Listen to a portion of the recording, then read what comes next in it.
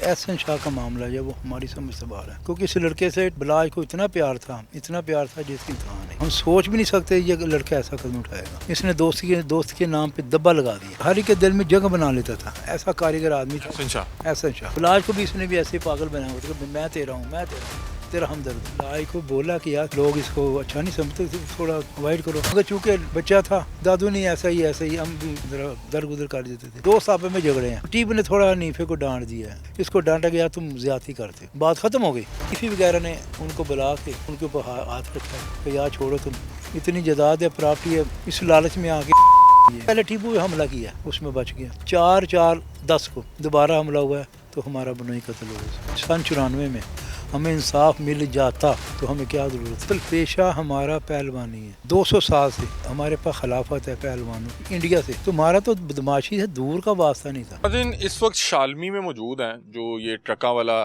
जो ये डेरा है, अड्डा है, वहाँ पे मौजूद हैं। और हमारे साथ इस वक्त मौजूद हैं टीपू ट्रका वाला के मामू, और इनका नाम है सुल्तान महमूद उर्फ बच्चू पहलवान। और अमीर बलाज जो है, जाहिर बात है इनकी गोद में खेल के बड़ा हुआ। इवन के जो अमीर बलाज के वालिद साहब थे टीपू ट्रका वाले, वो इनकी गोद में खेल के बड़े हुए। और अमीर बलाज जो है इन्हें दादू करके बुलाया करता था। इनसे बातचीत करते हैं और इनसे जानते हैं कि ये जो एहसन शाह का किरदार सामने आया, ये कब से इस तरह जो है अमीर बलाज के साथ दोस्ती का ढोंग निभा रहा था, क्या मामला था। इनसे बातचीत करते हैं। अस्सलाम वालेकुम। वालेकुम सलाम। हाँ जी, कैसे खैरियत से आप? अल्लाह का शुक्र अली भाई, अल्लाह का शुक्र। जी, ये क्या मामला? अली भाई हमारी समझ से बाहर है, ख़ासकर एहसन शाह का मामला जो वो हमारी समझ से बाहर है, क्योंकि इस लड़के से बिलाज को इतना प्यार था जिसकी इंतहा नहीं। ये 5-4 लड़के थे जो बिलाज के बहुत करीब थे। हम सोच भी नहीं सकते ये लड़का ऐसा कदम उठाएगा। पैसों की खातिर बिक गया। इसने दोस्त के नाम पे दब्बा लगा दिया। इधर ही फिरता होता था? मतलब कब से, कितनी पुरानी दोस्त? इनकी काफ़ी पुरानी दोस्ती थी। तो मगर ये ना, इसमें एक खूबी थी, ये हर एक के दिल में जगह बना लेता था। ऐसा कारीगर आदमी था एहसन शाह, हर के दिल में जगह बना लेता था। तो बिलाज को भी इसने भी ऐसे पागल बनाया हुआ था कि मैं तेरा हूँ तेरा हमदर्द हूँ। इस बड़ा लंबा अरसा हो गया आपकी ये जो दुश्मनदारी चल रही है, तो आपने बिलाज को समझाया नहीं कि यार ज़रा कोई ख्याल करना चाहिए किसी भी शख्स को करीब? बिलाज को बोला कि यार इस लड़के से थोड़े लोग इसको अच्छा नहीं समझते, तो थोड़ा अवॉइड करो। मगर चूँकि बच्चा था, दादू नहीं ऐसा ही हम भी ज़रा दर गुजर कर देते थे।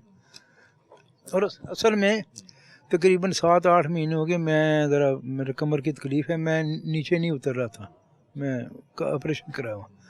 ये 7-8 महीने में मुझे नहीं पता था ये आ रहा है जा रहा है, मुझे तो पता है ये भाग गया हुआ है, को पीछे से नाराज़ से इसको ज़रा दफ़ा कर दिया हुआ था।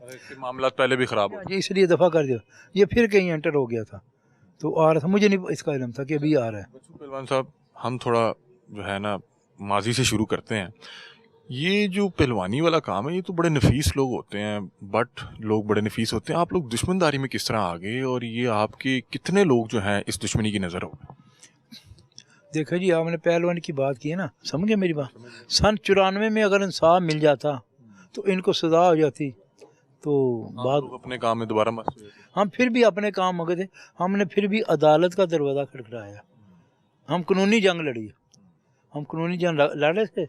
उसके बाद सन 2005 में मेरा बड़ा भाई ये शालमी चौक में, जो असल हमारा अड्डा वो है, ये हमारे बनोई का है, उधर बैठे अपने दोस्त में गपशप लड़ा रहे हैं। देखो ना, हमारे देन में बदमाशी हो ऐसी बात, हम को 4 आदमी गनमैन खड़े करे, ये वो ऐसे ही बैठे सड़क के किनारे पे, तो दोस्त से बात कर रहा है, इन्होंने फिर हमला करा दिया, जिसमें 3 आदमी मौके पे मारे गए, 8 जख्मी हो गए।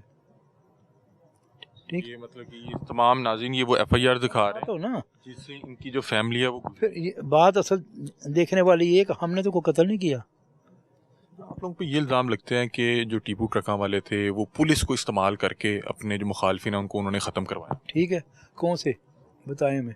बहुत से कहते हैं जो ये बिल्ला पहलवान के कत्ल में मुलव्वस थे, उनको आहिस्ता आहिस्ता। बात बताओ, मैं एक बात बोलता हूँ, तीफी बट को पकड़ लें, दरमियान में कुरान रख दे कि कौन आदमी मरवाता था और कौन पुलिस को इस्तेमाल करता था।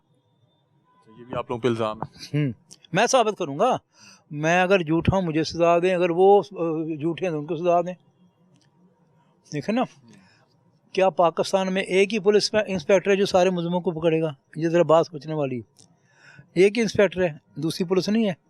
सारे नबी सही ने पकड़ के मारे हैं, सब मुजरिम नबी सही ने पकड़ के मारे, जो इसका दोस्त बना हुआ था का जो। ठीक है, ये आगे आप बताएं। आगे 3 आदमी मारे गए, 8 जख्मी हो गए। फिर उसके बाद टीपू के ऊपर हमला हुआ अवान अदल में, ठीक है जी। उधर ये हमारे टीपू के वाले के दोस्त थे, उनका काम था कोई,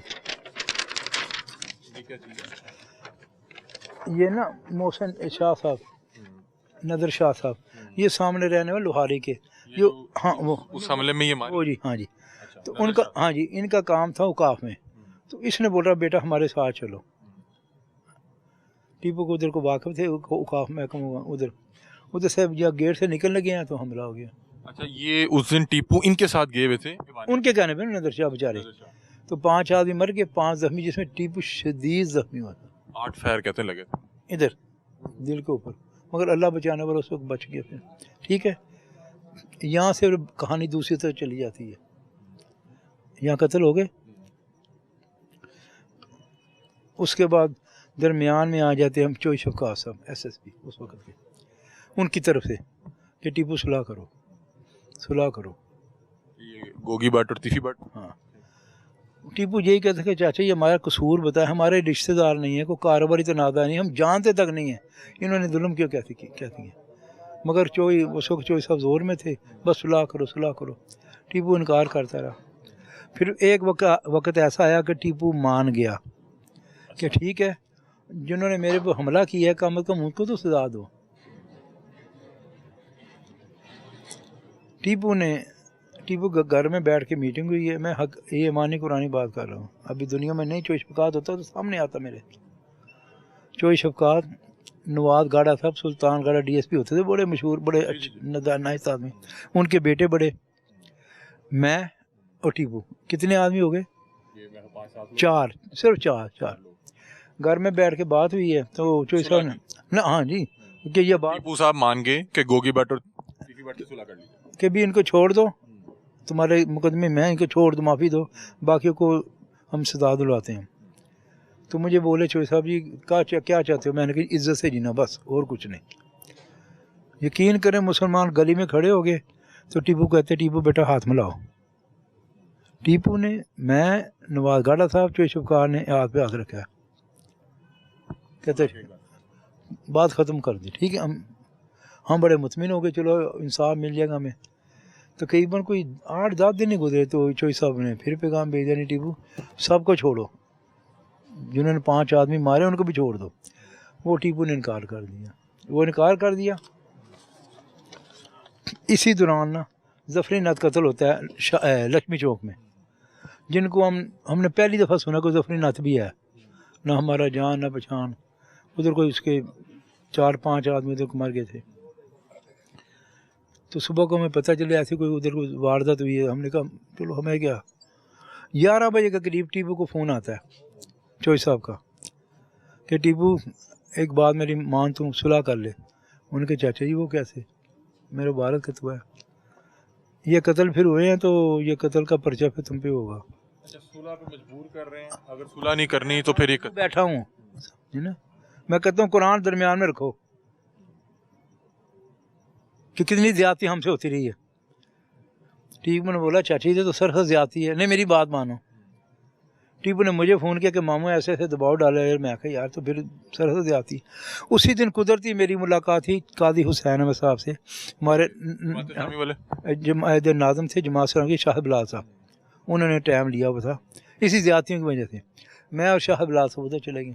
उधर मुलाकात हुई बड़े अच्छे तरीके। काजी साहब ने हमारे सुना और हमारे लिए फ़ोन भी किया DI साहब को, कभी इनसे इंसाफ किया जाए। हम उधर से बड़े इत्मीनान से निकले हैं। तो टीपू मैंने फ़ोन किया, मैंने कहा टीपू बड़ी अच्छी मुलाकात रहेगी। उन्होंने कहा मुलाकात कर रहे हैं, इधर पर्चा भी हो गया हमारे ऊपर।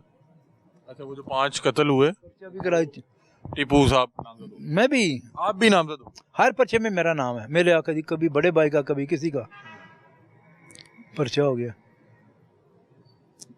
ये चोई साहब ने करवाया, कह के करवाया। ये लोग सुलह नहीं कर रहे, नहीं कभी सुलह करो, नहीं तो पर्चे के लिए तैयार हो जाए। वही आपकी मर्जी है चाचा जी। उसने बोला फिर ऐसे कई और होंगे।